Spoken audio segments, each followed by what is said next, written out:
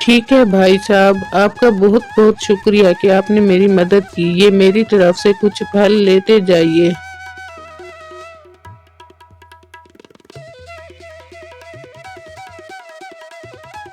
پھلوں کے لیے شکریہ بھائی صاحب آپ کا۔ اچھا اب میں چلتا ہوں، اللہ حافظ۔ اللہ حافظ بھائی صاحب۔ پھر انور صاحب وہ پھل لے کر اپنے گھر کی طرف روانہ ہوتے ہیں۔ السلام علیکم آمنہ، کیسی ہو تم؟ میں بالکل ٹھیک ہوں عائشہ، تم سناؤ کیسی ہو؟ اور روزے کیسے جا رہے ہیں تمہارے؟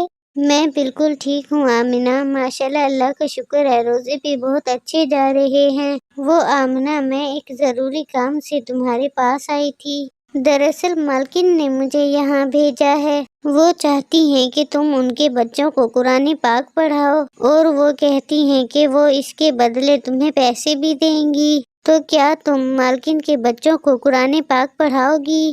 ہاں ضرور پڑھاؤں گی میں انہیں قرآن پاک، یہ تو میرے لیے خوش قسمتی کی بات ہے، اور مجھے اس کے بدلے کچھ بھی نہیں چاہیے۔ تم اپنی مالکن کو کہہ دینا کہ وہ کل سے اپنے بچوں کو بھیج دے میرے گھر قرآن پاک پڑھنے کے لیے۔ ٹھیک ہے آمنہ، میں مالکن سے کہہ دوں گی۔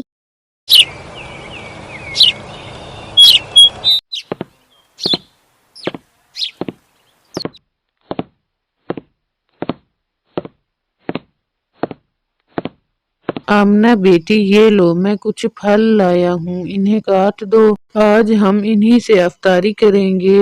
جی ٹھیک ہے ابو جان۔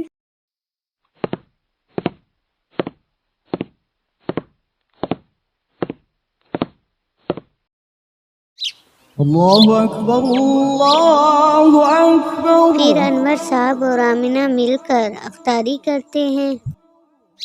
اگلے دن، یہ کیا بابا، آپ افطاری کے لیے کچھ نہیں لائے؟ وہ بیٹا، پورا رمضان گودام بند رہے گا، اسی لیے میرے پاس کوئی کام بھی نہیں ہے، پر تم فکر مت کرو، میں کچھ کرتا ہوں، اللہ نے چاہا تو افطاری کے لیے کچھ نہ کچھ بندوبست ہو جائے گا۔ ارے وہ دیکھو آمنہ بیٹا، بچے بھی آ گئے قرآن پاک پڑھنے کے لیے، تم انہیں قرآن پاک پڑھاؤ، میں افطاری کا بندوبست کرتا ہوں۔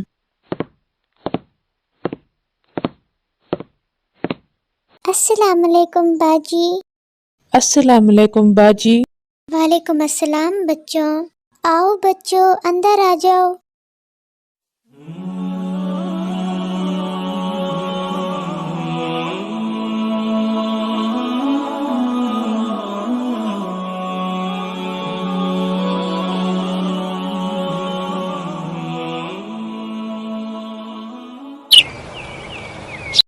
کیا ہوا بابا؟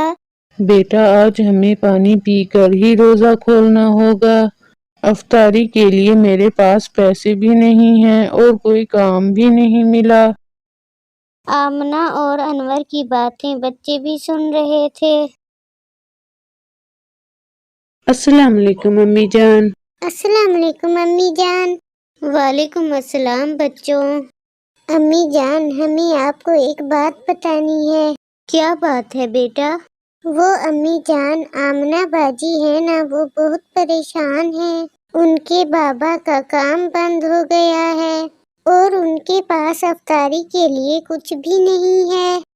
یہ تو بہت برا ہوا، مجھے ان کی مدد کرنی چاہیے۔ اللہ تعالیٰ نے مجھے اتنی توفیق تو دی ہے کہ میں پورا رمضان ان کی سحری اور افطاری کرا سکوں۔ عائشہ کہاں ہو؟ یہاں آؤ۔ جی میم صاحب۔ عائشہ جلدی سے آمنہ اور ان کے والد صاحب کے لیے افطاری پیک کرو اور ان کے گھر دے آؤ۔ جی میم صاحب۔ پھر عائشہ آمنہ کے گھر افطاری لے کر آ جاتی ہے۔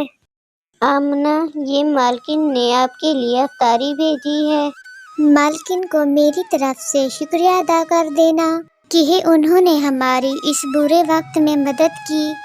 تو دوستو، اس طرح سائمہ بیگم نے آمنہ اور اس کے والد کی پورا رمضان سحری اور افطاری کروائی۔ تو دوستوں اس کہانی سے ہمیں یہ سبق ملتا ہے کہ ہمیں ہمیشہ دوسروں کی مدد کرنی چاہیے اور ہر دکھ درد اور پریشانی میں صرف اللہ پر ہی بھروسہ کرنا چاہیے اور اللہ سے ہی دعا مانگنی چاہیے. Do like and subscribe.